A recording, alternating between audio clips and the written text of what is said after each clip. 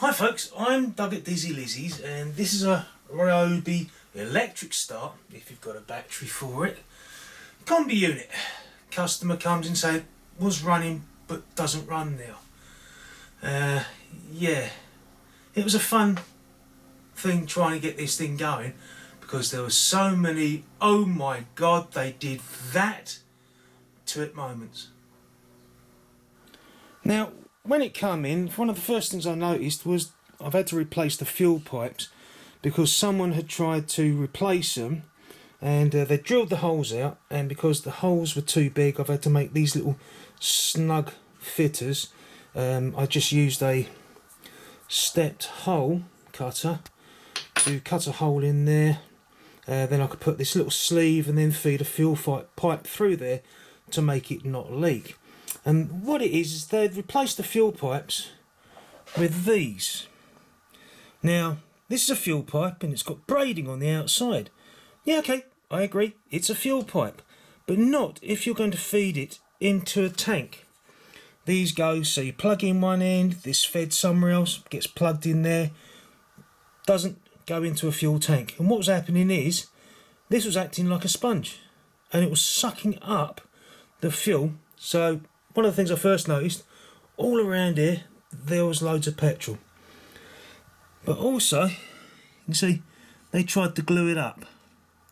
That was one of the first things. Then because they got the pipes around the wrong way, loads of fuel got sucked up, muck got sucked up into the carburetor, so that was a carb clean. The gasket had gone hard, that was a gasket replacement.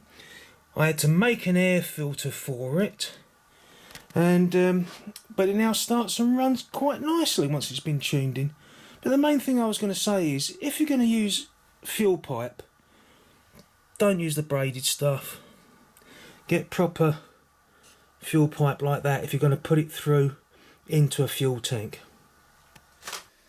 So yeah, it starts and runs now. I'll just put the choke on, hit the primer, turn it on, and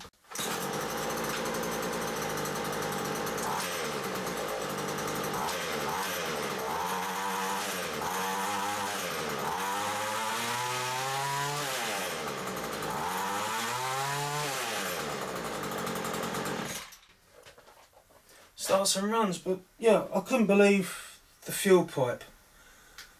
Sheesh.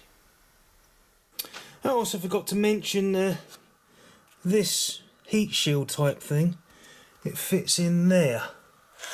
Now the customers are going to use that much, but some have taken it off and ripped holes through here.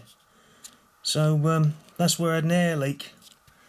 Another problem caused by somebody fiddling around. So there you go folks. To be honest with you, the machine's fairly new. I've checked the compression, 136 psi. So the machine will last a bit longer. But yeah, doing your own DIY repairs might save you money at the moment, but then it'll cost you later on when someone has to rectify everything that you've touched. So use the correct materials when you're doing things like fuel pipe. So yeah, if it was liked it, give us a like. If you like it even better, give us a subscribe. So until next video, take care and be safe. Bye.